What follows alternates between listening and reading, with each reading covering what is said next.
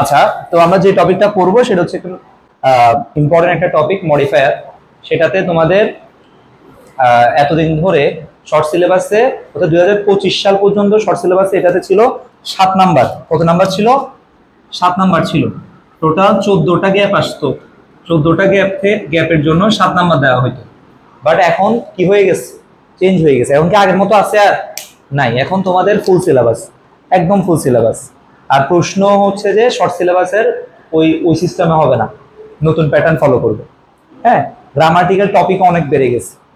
আচ্ছা, তো মডিফাই কথাটা আমরা এসএসসি লেভেলে কিন্তু শুনছিলাম। মডিফাই অর্থ হচ্ছে কি করা বলো তো? বিশ্লেষণ করা, লিখে ফেলো, অথবা বিশেষায়িত করা। মডিফাই অর্থ বিশ্লেষণ করা বা বিশেষায়িত করা।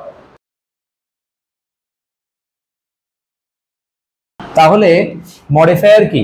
মডিফায়ার হচ্ছে যেসব শব্দ দ্বারা বিশ্লেষণ করা হয় বা বিশেষায়িত করা হয় ওটাই কি বলে? মডিফায়ার বলে। ঠিক আছে, একদম সিম্পলি ধরো, আমি যদি উদাহরণ দিই, ধরো দিলাম যে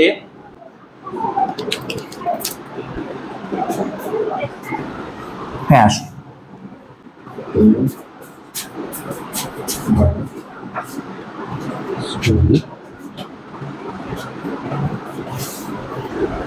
আরেকটা হচ্ছে অথবা হচ্ছে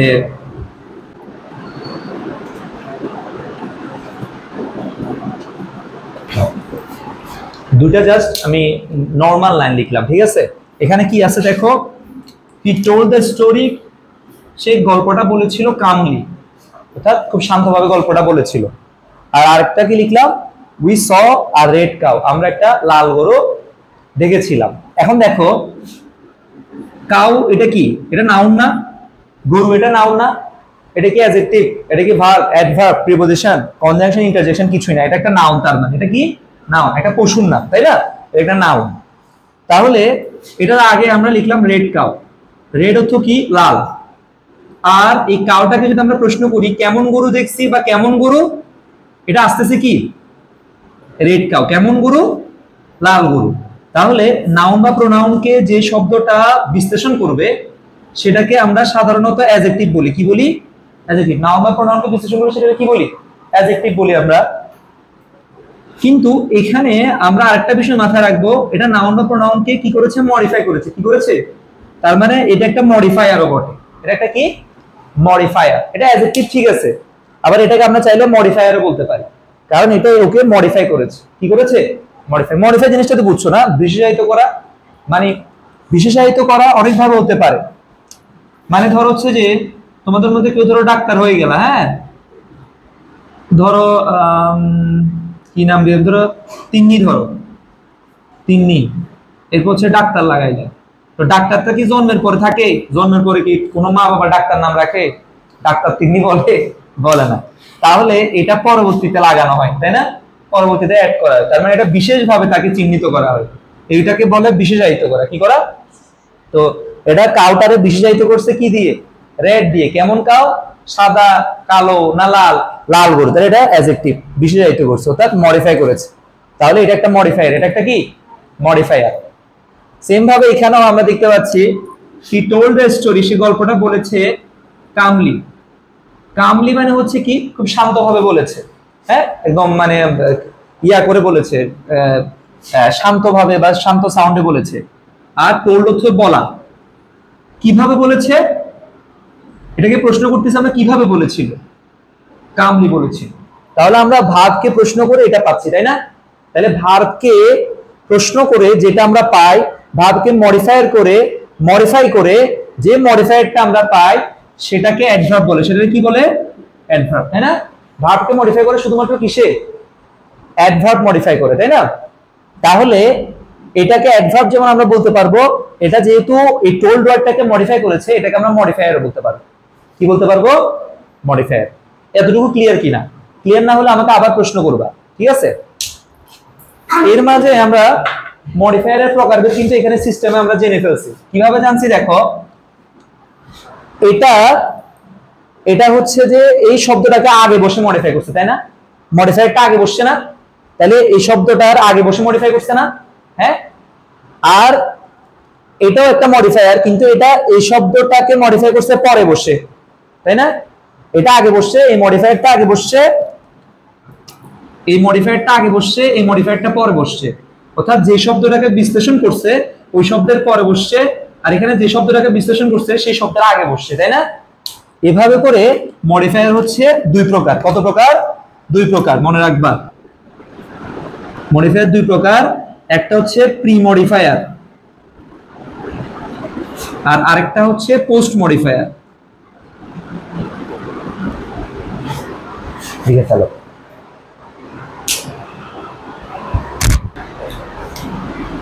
প্রি মডিফায়ার, পোস্ট মডিফায়ার। আচ্ছা, তাহলে এখন বলো তো এটা এটা কোন প্রকার ভেদে পড়ে?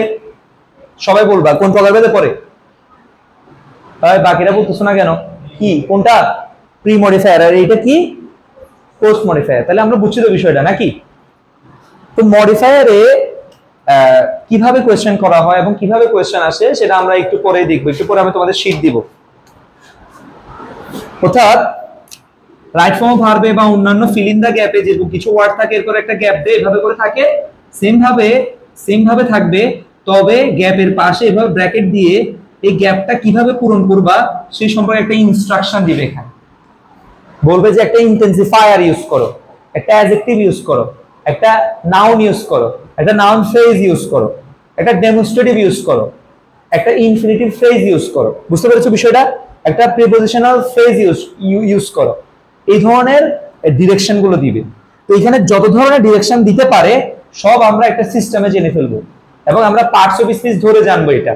অর্থাৎ গাইড গুলোতে বা বিভিন্ন কোচিং এর শীট গুলোতে আছে কিভাবে, ওইখানে মানে নরমাল নিয়মে আছে, এটা বসে এমনি এমনি বসে, কিন্তু আমরা শিখবো পার্টস অফ স্পিচ ধরে। অর্থাৎ পার্টস অফ স্পিচের প্রত্যেকটা পার্ট ধরে ধরে এসে আমরা মডিফায়ারের মতো কঠিন টপিকটাকে শেষ করে ফেলবো, মানে এটা কমপ্লিট করে ফেলবো। বুঝতে পেরেছো বিষয়টা?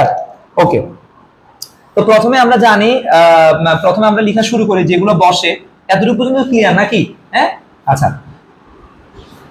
1 নাম্বার 2 নাম্বার দিতে পারো, অথবা স্টার দিতে পারো, অথবা কোনো চিহ্ন দিতে পারো। এটা হচ্ছে ইন্টেন্সিফায়ার। ইন্টেন্সিফায়ার, ইন্টেন্সিফায়ার জানো এটা যে তোমরা এসি লেভেলে পড়ছো, এটা কেউ কি বলতে পারবা এটা কোন বাংলা সেকেন্ড পেপার কোন টপিকটা? এটা চিন্তা করো তো, এটা পড়ছো কিন্তু তোমরা। এটার নাম হচ্ছে বলক। এটার নাম কি? বলক। বলক। এটা কিন্তু ফেসবুকে ওই ব্লগকে গ্রাম্য ভাষায় বলক করি তো বলে যে ওই বলক না, ঠিক আছে? এটা হচ্ছে যেটা বল প্রয়োগ করার ক্ষেত্রে ইউজ করা হয়। বুঝতে পেরেছো? এটা হচ্ছে ওই বলক। আর ইন্টেন্সিফাই অর্থ হচ্ছে জোর দেওয়া। ইনসেন্টিফাই অর্থ হচ্ছে জোর দেওয়া। জোর দেওয়া লিখো, জোর প্রদান করার জন্য যেসব শব্দ ব্যবহার করা হয় সেগুলোকে ইন্টেন্সিফায়ার বলে। জোর প্রদান করার জন্য যেসব শব্দ ব্যবহার করা হয় সেগুলোকে ইন্টেন্সিফায়ার বলে।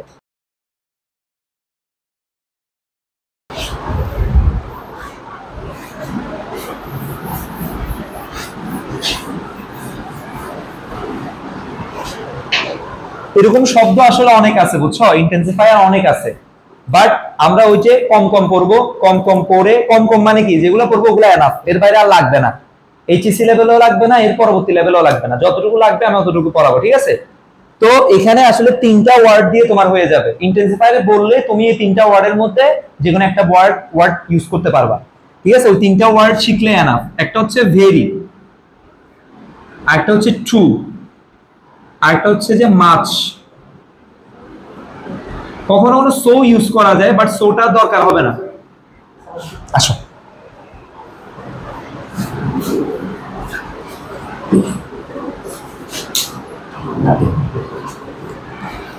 এই 3টা ওয়ার্ড হচ্ছে ইন্টেন্সিফায়ার।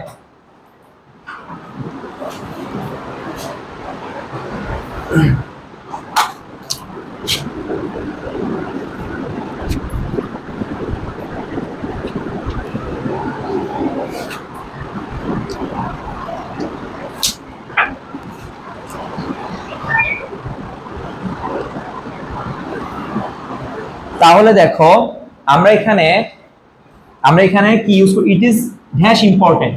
যদি বলে এখানে একটা বলক ইউজ করো, তাহলে আমরা এখান থেকে যে কোনো একটা কি করব, ইউজ করতে পারবো। তাহলে আমরা এখানে লিখতে পারি না ইট ইজ ভেরি ইম্পর্টেন্ট, লিখতে পারি না। তারপরে she is dash late, very late অথবা টু লেট, লিখতে পারি না। তাহলে এগুলো হচ্ছে বলক। এগুলো কি বলক, যেটাকে ইংলিশে কি বলে, ইন্টেন্সিফায়ার বলে। আমরা কিন্তু ক্লাসে কিন্তু মোটামুটি কি করে ফেলবো, মুখে রেসপন্স করে করে শেষ করে ফেলবো। আমি কালকে না পরশু একটা লেখা পড়ছিলাম, একজন লিখলো, উনি মানে বিদেশে পড়াশোনা করে, বাংলাদেশ থেকে গেল।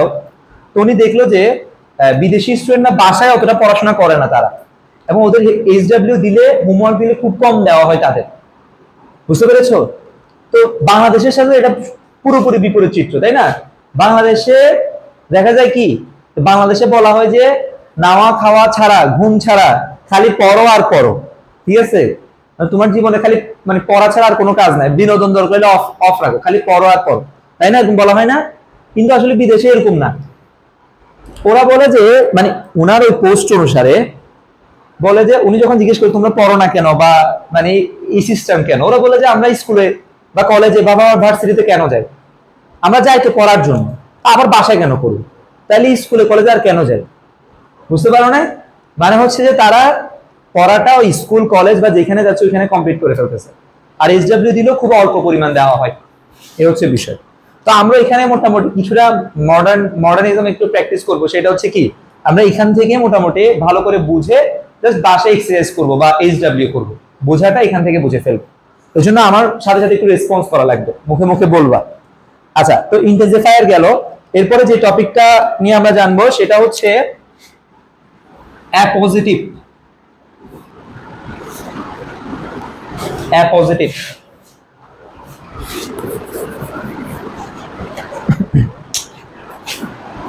টপিকটার নাম হচ্ছে অ্যাপোজিটিভ। এটা কি? এটা হচ্ছে নাউন অথবা প্রোনাউন অথবা কোনো টপিক সম্পর্কে এক্সট্রা তথ্য প্রদান করে, কোনো টপিক সম্পর্কে এক্সট্রা তথ্য প্রদান করে।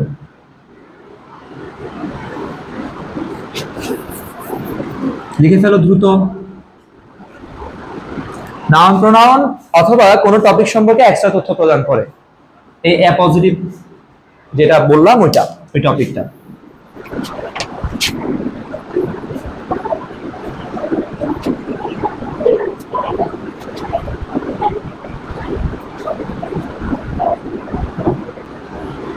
এই কাজী নজরুল ইসলাম কি 1899 সালে জন্মগ্রহণ করছে? কত সালে?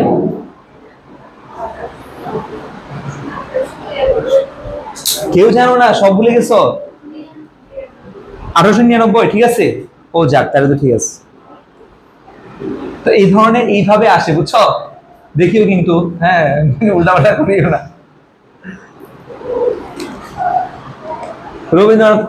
রবীন্দ্রনাথ মারা গেছে কখন? 22শে শ্রাবণ না? হ্যাঁ, পরীক্ষা দিছে মানে শেষ, এইভাবে ফেলে দিছে সবগুলা।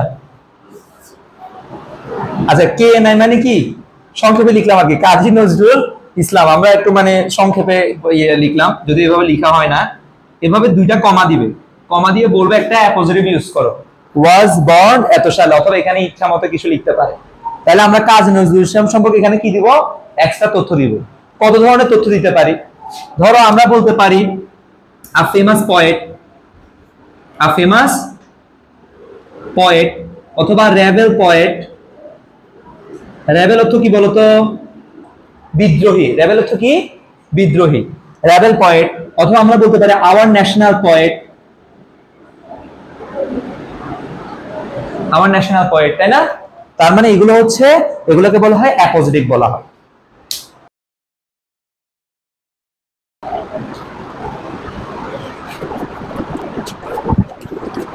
আচ্ছা, এছাড়াও আরো অনেকভাবে অ্যাপোজিটিভ হতে পারে। অ্যাপোজিটিভ ধরো নরমাল শুধু কাজী নজরুল ইসলাম না, অন্য অনেকভাবে হতে পারে। ধরো হচ্ছে যে লিখলাম যে রাসেল ড্যাশ,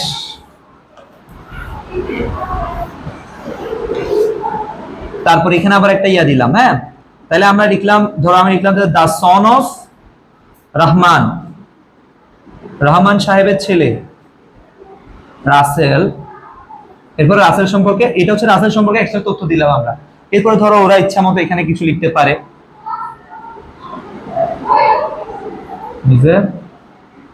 ডাল স্টুডেন্ট, সবাই গুড ভালো এগুলা লিখে, আমরা ডাল লিখবো।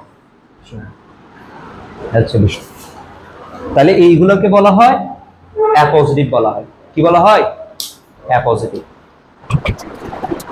ওকে, এবার আসি আমরা, এবার আমরা হচ্ছে ওই পার্টস অফ স্পিচ ধরে আগাবো, অর্থাৎ ওটা ধরে আগায় দেখবো যে আসলে কি কি আসে। এটা মুছে দিচ্ছি, কেমন দিব? দিচ্ছি কিন্তু। ওকে, দেখো নাউন দিয়ে শুরু করি আমরা। নাউন, নাউন থেকে কি কি আসে দেখো। ওরা বলে যে একটা নাউন অ্যাডজেক্টিভ ইউজ করার জন্য। নাউন অ্যাডজেক্টিভ ওয়ার্ডটা এর আগে কখনো শুনেছো? নাউন অ্যাডজেক্টিভ, নাউন অ্যাডজেক্টিভ কি দেখো, ধরো ওই সেম আমি ধরো ওই আগের ওয়ার্ডটাই বলতেছি, রেড কাউ, ধরো প্রথম দিকে উদাহরণটা বলছি, রেড কাউ লিখলাম। রেড একটা কিসের নাম? রঙের নাম না? কালারের নাম না রেড? আর কাউ একটা পশুর নাম না? হ্যাঁ, তাহলে এটা একটা নাউন, এটা একটা কি নাউন। তাহলে দুটো যখন আমরা একসাথে বলবো, রেড কাউ, লাল গরু, এমনিতে আলাদা আলাদা নাউন, বাট একসাথে বললে তখন দেখা যাচ্ছে যে এই কাউটাকে বিশ্লেষণ করতেছে, মডিফাই করতেছে এই ওয়ার্ডটা, তাই না? কেমন কাউ? Red cow. তাহলে এই নাউনকে যেহেতু এই ওয়ার্ডটা বিশ্লেষণ করতেছে, তাহলে এটা একটা আবার অ্যাডজেক্টিভ, এটা একটা কি আবার অ্যাডজেক্টিভ, তাই না? তাহলে এটা নাউনও আবার অ্যাডজেক্টিভ হইলো এখন একসাথে বসার কারণে।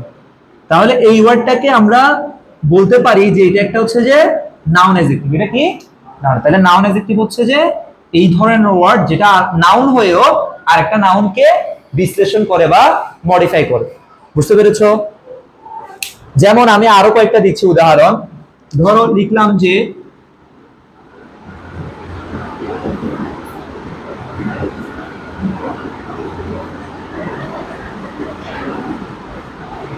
ব্লু ব্লাড, লিখলাম ব্লু ব্লাড। ব্লু ব্লাড অর্থ কি? নীল রক্ত। আর ব্লু ব্লাড অর্থ কি বুঝায়? আভিজাত্য বোঝায়। কি বুঝায়? আভিজাত্য। মাথা রাখবা, ব্লু ব্লাড অর্থ কি? এটা ফ্রেজ ওয়ার্ড হিসেবে আভিজাত্য বোঝায়। তো এটা সেম, এটা একটা রং আর এটা একটা ইয়ার নাম। আমরা আরো অনেক দিতে পারি। ধরো হচ্ছে যে আমরা লিখতে পারি যে মর্নিং স্কুল, মর্নিং স্কুল লিখতে পারি। তারপরে ধরো হচ্ছে ওয়াটার পলিউশন, পলিউশন মানে হইছে পলিউশন একটা কিন্তু কি নাউন। পলিউশন কি নাউন। মনে রাখবা লাস্টে কখনো যদি টিআইওএন দেখো অথবা এসআইওএন দেখো, এগুলো সবসময় নাউন হয়। এগুলো সবসময় কি হয়? নাউন হয়। এগুলো পার্টস অফ স্পিচ আইডেন্টিফিকেশনে লাগে, অ্যাডমিশন টেস্টে এগুলো আসে। পার্টস অফ স্পিচ আইডেন্টিফিকেশন, যেটা ঢাকা বোর্ডে এরকম আসছিল, ইংলিশ ফার্স্ট পেপারে আসছিল, বলছে এটা কোন পার্টস অফ স্পিচ। এই ধরনের কোয়েশ্চেন ঢাকা বোর্ডে বোর্ড কোয়েশ্চেনেও আসছে। এটাকে বলে পার্টস অফ স্পিচ আইডেন্টিফিকেশন। তো এটা পলিউশন, এটা একটা নাউন, আর ওয়াটারও একটা নাউন কিন্তু। তো নাউন হয়েও এটা নাউনকে বিশ্লেষণ করছে, কি পলিউশন? Water pollution. তাহলে এটা নাউন হয়েও অ্যাডজেক্টিভের মতো কাজ করছে, ওই জন্য এটা হচ্ছে একটা নাউন অ্যাডজেক্টিভ। এটা কি নাউন অ্যাডজেক্টিভ। এটা একটা নাউন অ্যাডজেক্টিভ, এটা নাউন অ্যাডজেক্টিভ, এটা নাউন অ্যাডজেক্টিভ। তাহলে নাউন অ্যাডজেক্টিভ হচ্ছে যে এই ওয়ার্ডগুলো। ক্লিয়ার তো নাকি?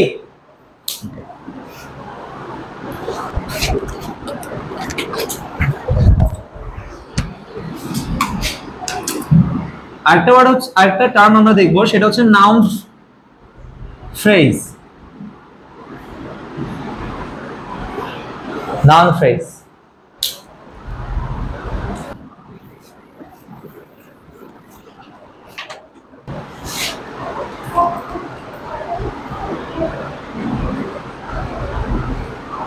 নাউন ফ্রেজ জিনিসটা কি?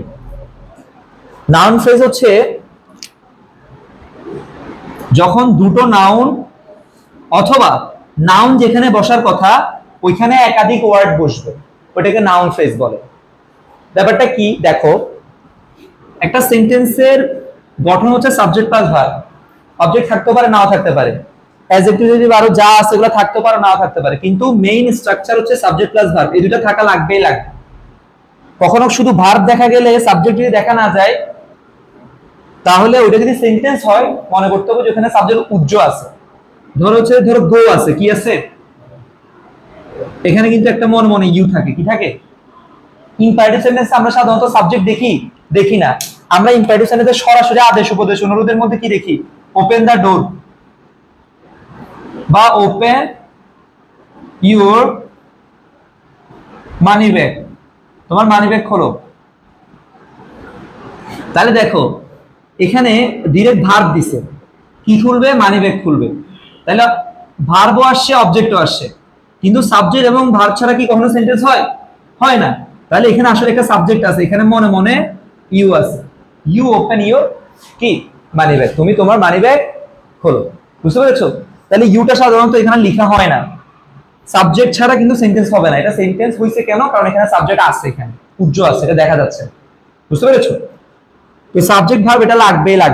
ভার্ব মানে তো আমরা জানি কি ক্রিয়া বা যে কোনো ধরনের কাজ, কিন্তু সাবজেক্ট জিনিসটাতে কি কি বসে? সাবজেক্টে সবসময় কি বসে মনে রাখবা? সাবজেক্টে সবসময় নাউন অথবা প্রোনাউন বসে। সাবজেক্টে সবসময় কি বসে? নাউন অথবা প্রোনাউন বসবে। এখন দেখো আমি ধরো লিখলাম যে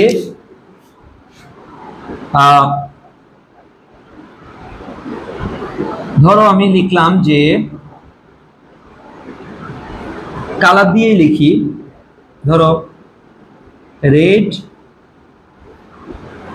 ধরো cow, red cow is my favourite animal. লাল গরু আমার প্রিয় প্রাণী। ঠিক আছে, এটা লিখলাম। এখন দেখো ইজটা তো ভার্ব, তাই না? আর রেড কাউ এটা পুরোটা সাবজেক্ট, পুরোটা কি সাবজেক্ট। কি আমার ফেভারিট অ্যানিমাল? Red cow. এখন দেখো এখানে খালি কাউ লিখলে কিন্তু এটা একটা নাউন, তাই না? রেডও কিন্তু এটা কিন্তু এখন আমরা জানছিলাম যে এটা কিন্তু অ্যাডজেক্টিভ, কিন্তু এটা একটা কি, কিন্তু এই দুটো এমন জায়গায় বসে আছে যেখানে কোনো অ্যাডজেক্টিভ বসে না, যেখানে কি বসে? নাউন অথবা প্রোনাউন বসে। তাহলে এটা তো কোনোভাবেই কিন্তু প্রোনাউন না, এটা কোনোভাবে প্রোনাউন না। তাহলে এটাকে একটা ওয়ার্ড থাকলে আমরা একটা নাউন বলতে পারতাম, কিন্তু এখানে একাধিক ওয়ার্ড মিলে সাবজেক্টের জায়গায় বসে আছে, অর্থাৎ প্রোনাউনও না। তাহলে এটা নাউন, কিন্তু নাউন হয়ে একাধিক ওয়ার্ড নিয়ে নাউনটা গঠন করছে বিদায় এটাকে নাউন ফ্রেজ বল। কি বলবো আমরা? Noun phrase. বুঝতে পেরেছো? ওকে, আরেকটা উদাহরণ দিচ্ছি আমি, আরো ক্লিয়ার হবে।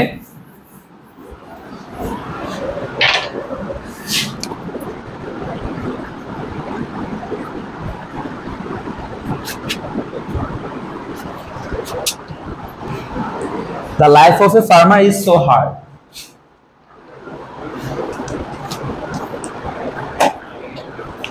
আচ্ছা, তোমাদেরকে একটা ফার্মারের কথা বলছিলাম যে মনে আছে গত ক্লাসে? মনে না? একটা ফার্মারের কথা বলছিলাম যে জীর্ণ শীর্ণ সে, হ্যাঁ মনে আছে? আমাদের গ্রামের একটা ফার্মারের কথা বলছিলাম যে, তাহলে এখনকার ফার্মারদের জীবন কি সো হার্ড নাকি? হার্ড? আমাদের গ্রামেই তো আমি দেখছি খালি ফার্মার হইয়া সে বিল্ডিং তুলে ফেলছে, 2-3 জন আছে এরকম, কি করে ফেলছে? বিল্ডিং তুলে ফেলছে। সো হার্ড এখন নাই আর। ঠিক আছে, এখন মানে অনেক ধরনের ইনকাম থাকে। আসলে দেখো মানে আমরা শুধু শুধু হতাশ হই। ধরো হচ্ছে যে অনেক গরিব লোককে আমরা দেখি না, হ্যাঁ? তো গ্রামে আসলে, শহরে গরিব হলে তুমি না খেলে আসলে কেউ তোমাকে দেখতে আসবে না, কিন্তু গ্রামে মোটামুটি সবার জানা হয়ে যায়। আর গ্রামে হচ্ছে একটু সবাই সমাজবদ্ধ হয়ে বাস করে, শহরে তো সবাই বিচ্ছিন্নভাবে বাস করে, যার কারণে দেখা যাচ্ছে একটা লোক অনেক কষ্ট করে না খেয়ে তেমন থাকে না। ওরা না খেয়েও যদি থাকে, সে কষ্ট বিষ্ট করে তার ছেলে বা মেয়েকে যদি একটু বড় করতে পারে, তাহলে এরপরে কারোর থেকে লোন নিয়ে হলো সে তাকে বিদেশ পাঠিয়ে দিতে পারে। অর্থাৎ ওইখানে মানুষ লোন দিতে রাজি হয়, যেহেতু তাকে ছোটবেলা থেকে দেখতেছে, বলে যে আচ্ছা ঠিক আছে, মানে ওকে ভালো জায়গায় পাঠালে তো টাকাগুলো শোধ করতে পারবে, তাকে সেটেলমেন্টের একটা আশা করা যায়। শহরে কিন্তু অনেক কঠিন, কিন্তু শহরের লাইফটা অনেক কঠিন। ওইখানে বাবা মা স্টাবলিশ না হলে, মানে যেসব বাবা মা আমরা দেখি যে মানে স্টাবলিশ না, তাদের ছেলে মেয়েদের জীবনটা অনেক কঠিন হয়ে যায়। এই জন্য দেখবো আমরা রিক্সাওয়ালা বা যারা শ্রমজীবী মানুষ আছে তাদের ফ্যামিলি এখানে থাকে না, কোথায় থাকে? গ্রামে থাকে। তাদের একটা সময় আসলে মানে এস্টাবলিশমেন্ট হয়ে যায়, বেশি দিন এরকম থাকতে হয় না, এই আর কি। The life of a farmer is so hard. ঠিক আছে, তাহলে ইজটা হচ্ছে ভার্ব, হ্যাঁ, ইজ সো হার্ড, খুব হার্ড। কি hard, the life of a farmer, একটা ফার্মারের জীবনটা হচ্ছে খুবই হার্ড। তাহলে এটা হচ্ছে সাবজেক্ট আর এটা হচ্ছে ভার্ব। এখন কথা হচ্ছে সাবজেক্টে সবসময় কি বসে বলছিলাম আমি, বলো বলো বলো, নাউন বা প্রোনাউন, জোরে জোরে বলো, নাউন বা কি প্রোনাউন। তাহলে এটা কি কোনোভাবে তোমাদের একটা প্রোনাউনের মতো লাগতেছে? প্রোনাউন তো তোমরা চিনো, I, me, my, he, she, they, it, এগুলোই তো প্রোনাউন, তাই না? তো এটা কি কোনো প্রোনাউনের মতো লাগতেছে? প্রোনাউনে একটা চেহারাও নাই, একটা কিছুই নাই প্রোনাউনে। উল্টা দেখা যাচ্ছে এখানে একটা প্রেপোজিশন আছে, তাই না, আর্টিকেল আছে। তার মানে কি এটা প্রোনাউন না, এটা প্রোনাউন না। তাহলে এটা নিশ্চিতভাবে নাউন হবে। কিন্তু এখানে তো নাউন আছে খালি একটা বা দুইটা, আর বাকিগুলো তো আর্টিকেল প্রেপোজিশন আছে, তাই না? কিন্তু পুরোটাকে আমরা যদি একসাথে ধরি, কনসিডার করি, আলাদা আলাদা করে না দেখে, পুরোটাকে আলাদা না দেখে যদি পুরোটাকে আমরা কনসিডার করি, তাহলে এটা একটা নাউন ফ্রেজ। এটা একটা নাউন ফ্রেজ। বুঝতে পেরেছো নাউন ফ্রেজ জিনিসটা কি? নাউনের জায়গায় সে একাধিক ওয়ার্ড নিয়ে থাকবে, পুরোটা মিলে আসলে লাইফ অফ এ ফার্মার, একটা ফার্মারের জীবনকে বোঝাচ্ছে। এটা একটা নাউন ফ্রেজ।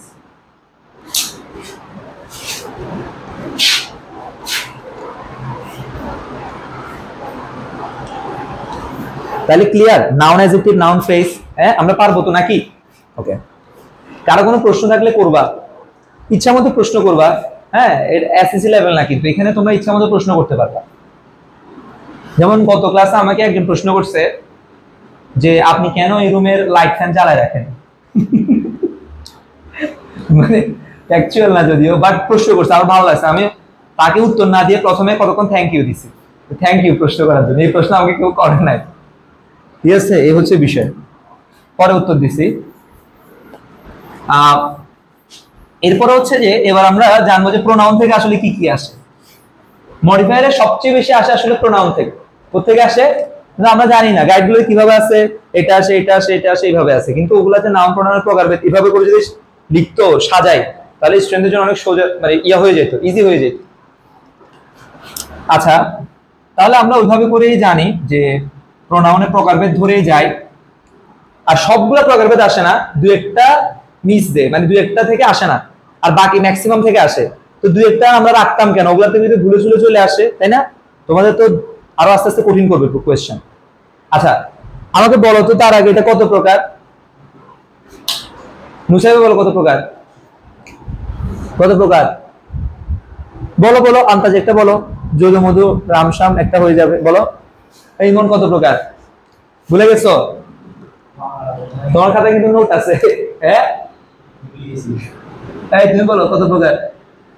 না, 5 প্রকার। ওকে। জারিন, হ্যাঁ 8 প্রকার। ওকে, কি রে, একজন 8 বলছে জন্য 8 না, কিন্তু 9 প্রকার। তুমি শিওর 8 না? কিন্তু অন্যগুলো হবে কত প্রকার বলো? হ্যাঁ হ্যাঁ 8 প্রকার। কত প্রকার? 8 প্রকার। ভোলা যাবে না। আমি তো মনে করছি তোমাদের সব মুখস্থ আছে। বলো ইমন। হ্যাঁ, এটা 8 প্রকার। হ্যাঁ, এটা মাথায় রাখতে হবে। আমি তো মনে করছি তোমাদের সবার মাথায় আছে এই যে এই নাউন প্রোনাউনের প্রকারভেদ গুলো। আচ্ছা, লিখো 8 প্রকার গুলো লিখো। প্রথম হচ্ছে পার্সোনাল, পার্সোনাল প্রোনাউন। 2 হচ্ছে ডেমনস্ট্রেটিভ প্রোনাউন। 3 হচ্ছে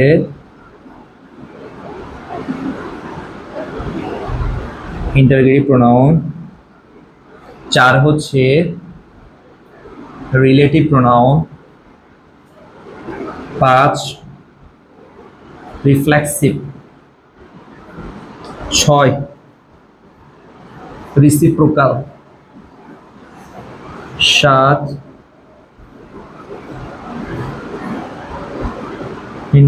ইনডিফিনিট। 8 ডিস্ট্রিবিউটিভ।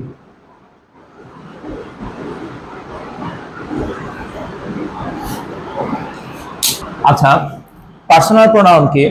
পার্সোনাল প্রোনাউন হচ্ছে যে এটা পার্সোনাল তো আমরা জানি ব্যক্তিগত, তাই না? বাট পার্সোনাল প্রোনাউন আসলে কি? পার্সোনাল প্রোনাউন হচ্ছে, আমরা জানি এমনিতে প্রোনাউন কি? প্রোনাউন হচ্ছে যে নামের পরিবর্তে যে শব্দগুলো বসে সেগুলোকে আমরা কি বলি? প্রোনাউন বলি, তাই না? তাহলে পার্সোনাল প্রোনাউন কি? পার্সোনাল প্রোনাউন হচ্ছে গিয়ে ওই নাউনের পরিবর্তে বসে, বলছে না? তো নাউনের মধ্যে একটা নাউনের প্রকারভেদ হচ্ছে যে প্রপার নাউন। কি noun? Proper noun. Proper noun, proper noun হচ্ছে যে কোন নাউন? প্রপার নাউন ধরার জন্য আমরা কমন নাউন একটু দেখি। ধরো আমি বললাম যে দেশটি অনেক সুন্দর। কি বলছি? দেশটি অনেক সুন্দর। কোন দেশ আমি বলছি? এটা ধরো হালিশহর, এখানে কি সুন্দর? আমাদের দেশ সুন্দর? বিদেশে তোমরা ভিডিও দেখো আমাদের দেশের মতো এরকম রাস্তা কাইটা রাখে?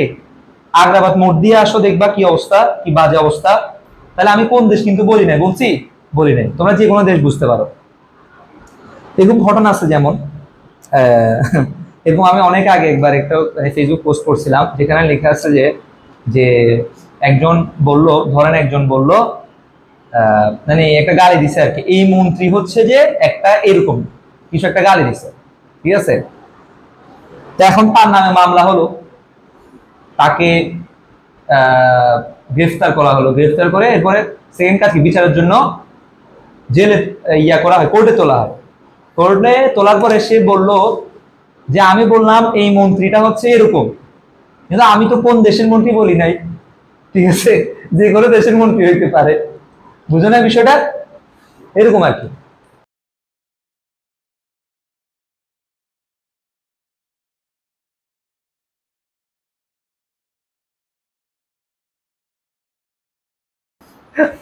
এ হচ্ছে বিষয়, এভাবে বলে দেওয়া আর কি। পার্সোনাল প্রোনাউন হচ্ছে প্রপার নাউনের পরিবর্তে যে ওয়ার্ড গুলো বসে। এখন প্রপার নাউন কি আর কমন নাউন কি? আমি ধরো একটা ক্লাসে না, ধরো আমি বললাম যে কোনো একটা জায়গায়, ধরো আমি ক্লাসে বললাম যে এই মেয়ে দাঁড়াও। এখন সবাই তো মেয়ে, তাই না? আমি কাউকে স্পেসিফিকলি বুঝাচ্ছি? আমি জাস্ট বললাম কি মেয়ে বললাম, ধরো গার্ল বললাম। এখন গার্ল দ্বারা কি কেউ স্পেসিফিকলি বোঝায়? সবই তো গার্ল। ধরো আমি বয় বললাম, সব ছেলেকে বোঝাচ্ছে। আমি ধরো বললাম ফ্লাওয়ার, বললাম কি বললাম? ফ্লাওয়ার। ধরো আমি বললাম যে আমার জন্য একটা ফুল নিয়ে ফুল নিয়ে এসো, দেখা যাবে তোমরা প্রত্যেকে আলাদা আলাদা ফুল নিয়ে আসছো, তাই না? তাহলে এই ফুল দ্বারা সব ফুলকে বোঝায়, বয় দ্বারা সব বয়, গার্ল দ্বারা সব গার্ল, সিটি দ্বারা সব সিটিকে বোঝায়, তাই না? তাহলে এরকম কমনলি যে ওয়ার্ড গুলো দ্বারা অনেক কিছুকে বোঝায়, তখন ওগুলাকে বলা হয় কমন নাউন। সেগুলো কি বলা হয়? কমন নাউন বলা হয়। কি বলা হয়? Common noun. আর আমি যখন গার্লের জায়গায় আমি তখন ধরো বললাম যে রহিমা, বয়ের জায়গায় ধরো হচ্ছে রহিম বললাম, সিটির জায়গায় বললাম যে চিটাং বললাম, ফ্লাওয়ারের জায়গায় ধরো রোজ বললাম, বা টিউলিপ বললাম, বা জেসমিন বললাম, তাহলে এবার কিন্তু কি ভুল হবে না, তাই না? এবার এই ছেলে দাঁড়াও বললে তখন রহিম দাঁড়াবে, এই মেয়ে দাঁড়াও বললে, মানে এই মেয়ে দাঁড়া না বলে আমি যখন রহিম, এই রহিমা দাঁড়াও, এই রহিম দাঁড়াও, তখন কিন্তু ওই দাঁড়াবে স্পেসিফিকলি, তাই না? যখন স্পেসিফিকলি কারো নাম বলা হয় তখন সেটা হচ্ছে প্রপার নাউন, আর যখন এইভাবে কারো নাম বা কোনো কিছুর নাম বলা হয় সেগুলো হচ্ছে কোন নাউন? Common noun. বুঝছো? সো এই প্রপার নাউনের পরিবর্তে যে শব্দগুলো বসে সেগুলো হচ্ছে পার্সোনাল প্রোনাউন। সেগুলো কি? Personal pronoun. তাহলে একটু লিখে রাখো পাশে, প্রপার নাউনের পরিবর্তে যে শব্দগুলো বসে।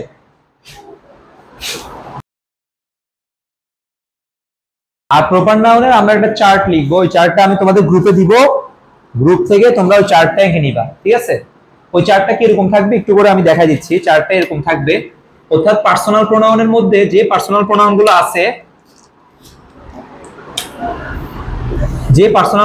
আছে, সেগুলো সাবজেক্টিভ ফর্ম, অবজেক্টিভ ফর্ম, তারপর হচ্ছে পজিটিভ ফর্ম, তারপর হচ্ছে যে রিফ্লেক্সিভ ফর্ম, তারপর পজিটিভ অ্যাডজেক্টিভ ফর্ম, এভাবে করে থাকবে। বুঝছো? এখানে থাকবে I, me, my, myself, mine, you, your, yourself, তারপর হচ্ছে যে এরপর হচ্ছে ইয়োর্স। এভাবে করে একটা চার্ট দিব তোমাদের, গ্রুপের মধ্যে দিব, ওটা সুন্দর করে নোট করে ফেলবা। কেমন?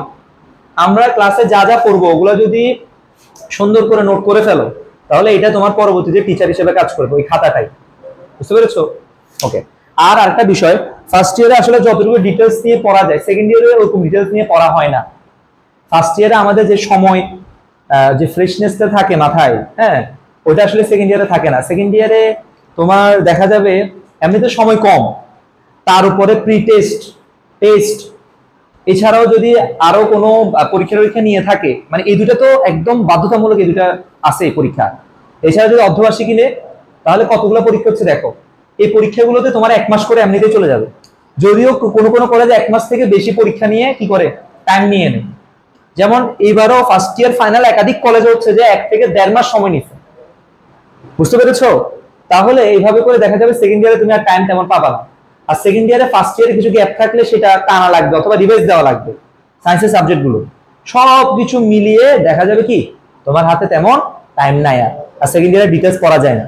তখন কি তুমি যেগুলা মিস হয়েছে এগুলো টানবা নাকি অ্যাডমিশনের জন্য প্রস্তুতি নিবা না কি করবা?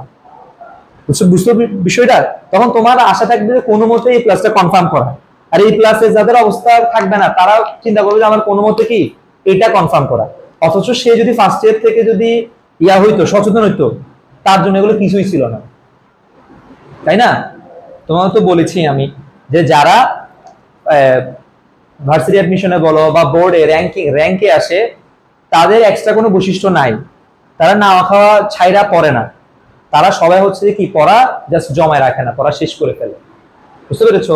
তা আমরা এখন এই পড়াগুলো এই যে ক্লাস করতেছো কষ্ট করে জাস্ট বাসায় গিয়ে 5 থেকে 10টা মিনিট সময় দিয়ে একটু পড়ে ফেলবা, এটাই এনাফ, আর কিছু করা লাগবে না। তাহলে পার্সোনাল প্রোনাউনে আমরা 4টা এভাবে করে জানবো। এর হচ্ছে ডেমনস্ট্রেটিভ প্রোনাউন। ডেমনস্ট্রেটিভ প্রোনাউন লিখো নির্দেশবাচক। নির্দেশবাচক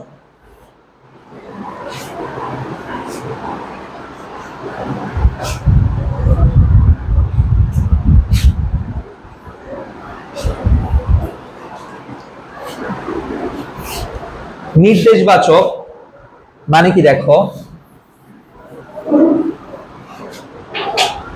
ডেমনস্ট্রেটিভে একাধিক ওয়ার্ড ইউজ হয়, কিন্তু অনেকগুলো ওয়ার্ড ইউজ হয়, ঠিক আছে? বাট তোমাদের আসলে 4টা ওয়ার্ড দিয়ে হয়ে যাবে। কয়টা ওয়ার্ড দিয়ে হয়ে যাবে? 4টা ওয়ার্ড এনাফ। এই 4টা ওয়ার্ড দিয়ে তোমরা অ্যান্সার করে ফেলতে পারবা। সেগুলো কি? সেগুলো হচ্ছে দিস, দ্যাট, আর একটা হচ্ছে THES দিস, আচ্ছা দোস। আমাদের এই পড়াগুলো কিন্তু শুধুমাত্র এইচএসসি এর জন্য তা না, এগুলো আমরা একেবারে অ্যাডমিশনের জন্য চিন্তা করব, আমাদের বেসিক হিসেবে চিন্তা করব। ডেমনস্ট্রেটিভ প্রোনাউন হচ্ছে যে এই 4টা দিয়ে আমরা করে ফেলতে পারবো। লিখতো সিমন? আচ্ছা,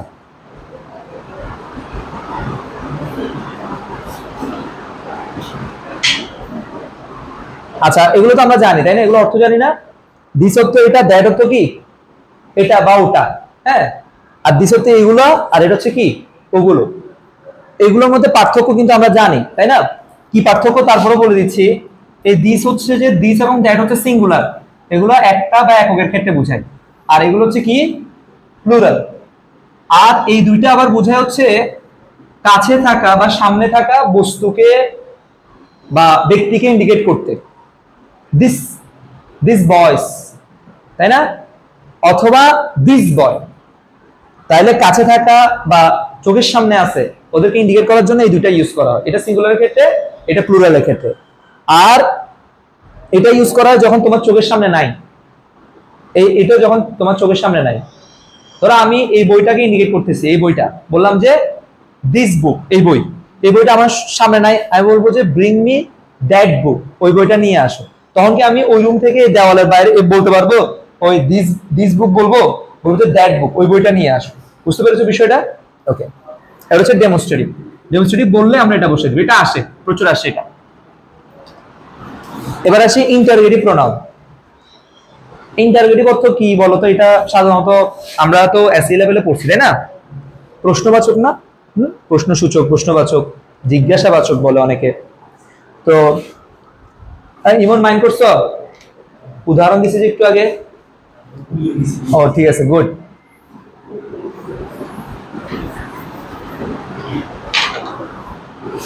ইন্টারোগেটিভে সাধারণত WH ওয়ার্ড গুলো দিয়ে হয়ে যায়, WH ওয়ার্ডস গুলো দিয়ে হয়ে যায়। যেমন কি হু, হোয়াট, ওয়্যার, তারপর যে হুইচ, ডট ডট ডট, মানে হচ্ছে যে WH ওয়ার্ড গুলো ইন্টারোগেটিভ প্রোনাউন। কিরকম দেখো, আমি বললাম যে হু ইজ দ্য ম্যান, এই লোকটা কে? উত্তর আসলো কি? এই লোকটার নাম বলো, একটা নাম বলো, আন্দাজ একটা নাম বলো। সৌরভ। ওকে, তোমার বন্ধুর নাম সৌরভ দিলাম, সৌরভ, ওর নাম হচ্ছে সৌরভ। তাহলে দেখো বলতেছে এই লোকটা কে, এই কে, কে এর অ্যান্সার আসছে কি সৌরভ, তাই না? কে এর অ্যান্সার আসছে কি? তাহলে সৌরভ একটা নাম না, একটা নাউন না, একটা নাউন না? তাহলে নাউনের পরিবর্তে এই হুটা একটা প্রোনাউন হিসেবে আসছে, তাই না? কে এখানে কাকে ইন্ডিকেট করতেছে? একটা নাউন। কি নাউনের পরিবর্তে যে ওয়ার্ডটা আসে সেটা হচ্ছে কি একটা প্রোনাউন, আর এটা প্রশ্ন করার জন্য ইউজ হয়েছে, এই প্রোনাউনটা প্রশ্ন করার জন্য ইউজ হয়েছে, এজন্য এটা একটা ইন্টারোগেটিভ প্রোনাউন। আশা করি বুঝতে পেরেছো। সেম ধর হচ্ছে যে where did he live, কোথায় সে বাস করতো, কোথায় বাস করতো? চট্টগ্রামে। তাহলে কোথায় কি আসতেছে কি? চট্টগ্রাম। চট্টগ্রাম একটা সিটির নাম, আর এটার বিপরীতে কোথায় কথাটা আসতেছে, তাহলে এটা কি একটা প্রোনাউন, আর এটা একটা ইন্টারোগেটিভ প্রোনাউন। কি প্রোনাউন? ইন্টারোগেটিভ। আশা করি বুঝতে পেরেছো। কিছু লিখলে লিখে ফেলতে পারো, এটা লিখলে লিখতে পারো, মনে থাকবে। ও আচ্ছা, তোমাকে একটু আগে ছেড়ে দিতে হবে না? ঠিক আছে, তুমি চলে যাও, আর তোমাদের একটু পরে ছেড়ে দিব, 40-40-এ ছেড়ে দিব। এটা দিয়ে রিলেটিভ প্রোনাউন দিয়ে যাবে। আচ্ছা, রিলেটিভ মানে কি বলতো? আত্মীয় বুঝায় না, আত্মীয় স্বজন বুঝায় না। এটা আসলে আগে এটার বাংলা ছিল আত্মীয়তাবাচক। কি ছিল? আত্মীয়তাবাচক। কিন্তু এটা কেমন একটা ইনফরমাল শোনায় না, আত্মীয়তার আত্মীয়। গ্রামারের মধ্যে আবার আত্মীয় স্বজন কি, তাই না? ওয়ালাইকুম সালাম। এই জন্য এটা পরবর্তীতে নাম দিছে সম্পর্কবাচক। কি দিছে? এরপরে সম্পর্কটা কেমন কেমন লাগে, এর আগে আত্মীয় আবার সম্পর্ক, এবার হচ্ছে যে এরপরে আমরা এখন দেখি যে সম্বন্ধবাচক লিখে। কি লিখে? সম্বন্ধবাচক। বুঝতে পেরেছো? এই হচ্ছে বিষয়। তাহলে এটা পাশে একটু বাংলা তিনটা লিখো, আত্মীয়তাবাচক, সম্পর্কবাচক, সম্বন্ধবাচক।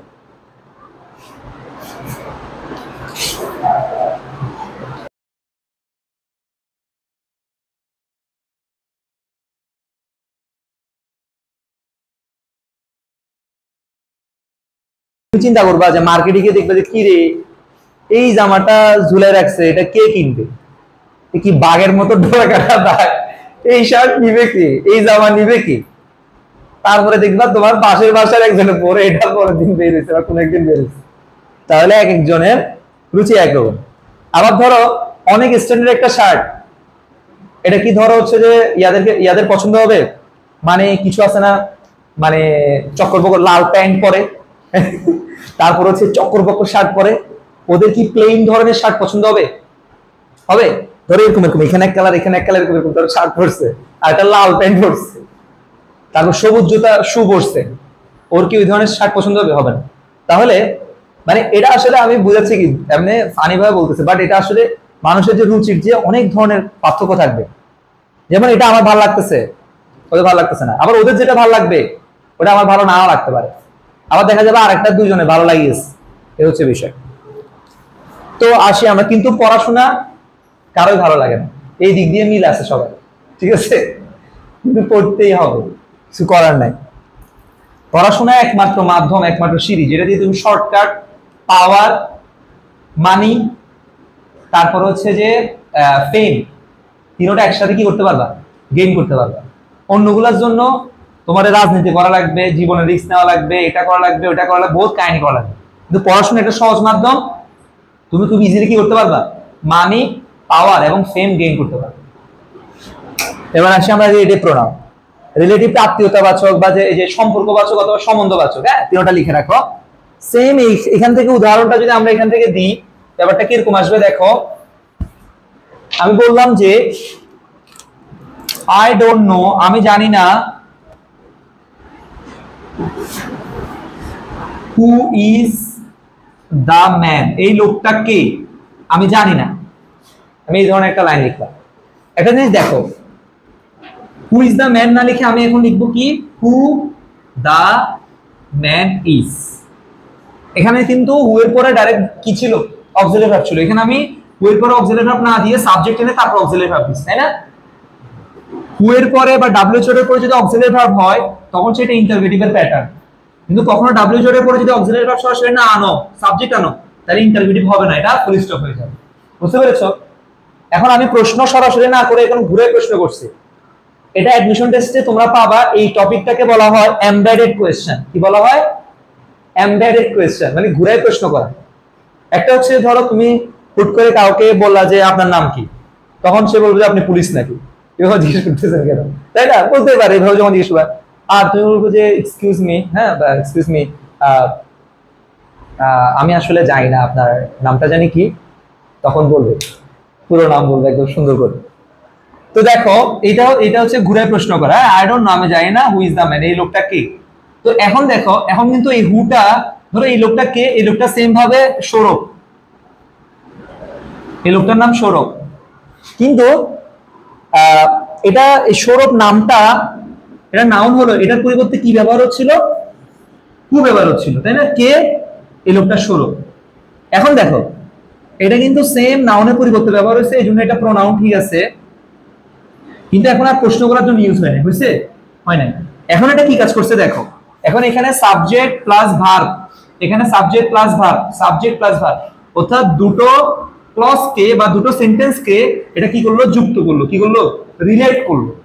তাহলে এটা এখন একটা রিলেটিভ প্রোনাউন, বুঝতে পেরেছো? দুটো ক্লজ কে বা দুটো সেন্টেন্স কে কি করেছে, রিলেট করেছে, যুক্ত করেছে, এই জন্য এটা রিলেটিভ প্রোনাউন। তো রিলেটিভ প্রোনাউনও সেম, ধরো I don't know wire he lives, কোথায় সে বাস করে, আমরা জানি না, তাহলে ওটা কি, সেম রিলেটিভ প্রোনাউন, বুঝতে পেরেছো? তাহলে রিলেটিভ প্রোনাউনের পাশে ব্র্যাকেট দিয়ে লিখো কোনগুলো রিলেটিভ প্রোনাউন, WH ওয়ার্ডস লিখে রাখলে হবে, যদি আরো অনেকগুলো আছে বাট এগুলা দিয়ে হয়ে যাবে রিলেটিভ প্রোনাউন। আর এটা যেহেতু এগুলো যেহেতু ক্লজ, একই বাক্যে মানে একটা বাক্যে দুই তিনটা বাক্যের বৈশিষ্ট্য থাকলে, অর্থাৎ এখানে দুইটা বাক্য মিলে একটা বাক্য হয়েছে না, তাহলে এগুলো কিন্তু বাক্যের অংশ, ক্লজ বলে যেগুলো, এগুলো আমি বিস্তারিত পরে আলোচনা করব, বাট বলে রাখতেছি আর কি, এটা নিয়ে আগামী ক্লাসে আবার আলোচনা করব। এই এখন যেটা বলবো সেটা নিয়ে, এটা একটা রিলেটিভ প্রোনাউন না? আর রিলেটিভ প্রোনাউনের সাথে দেখো এখানে রিলেটিভ প্রোনাউনের সাথে একটা ক্লজ জুড়ে দিছি, সাবজেক্ট প্লাস ভার্ব, তাই না? তাহলে এই পুরোটাকে বলা হয় রিলেটিভ ক্লজ। কি বলা হয়? রিলেটিভ ক্লজ বলা হয়, যেটা লাস্ট কয়েক বছরে এই জিনিসটা আমরা দেখতে পাচ্ছি, এটা আগে ছিল না, লাস্ট 1-2 বছরে এই কোয়েশ্চেনটা এই টপিকটা আসতেছে, রিলেটিভ ক্লজ। এটা হচ্ছে বিষয়, এগুলো কিন্তু সাধারণত আমরা একটু ইগনোর করে যাই বা অনেক সময় কিছু কিছু বইয়ে হয়তো নাও দেখতে পারি, ঠিক আছে? তাহলে আজকে আমরা খুব গুরুত্বপূর্ণ একটা ক্লাস করলাম, এগুলো বাসায় গিয়ে আবার দেখবা, আমরা বাকি টপিকগুলো নেক্সট ক্লাসে আলোচনা করব। ধন্যবাদ সবাইকে।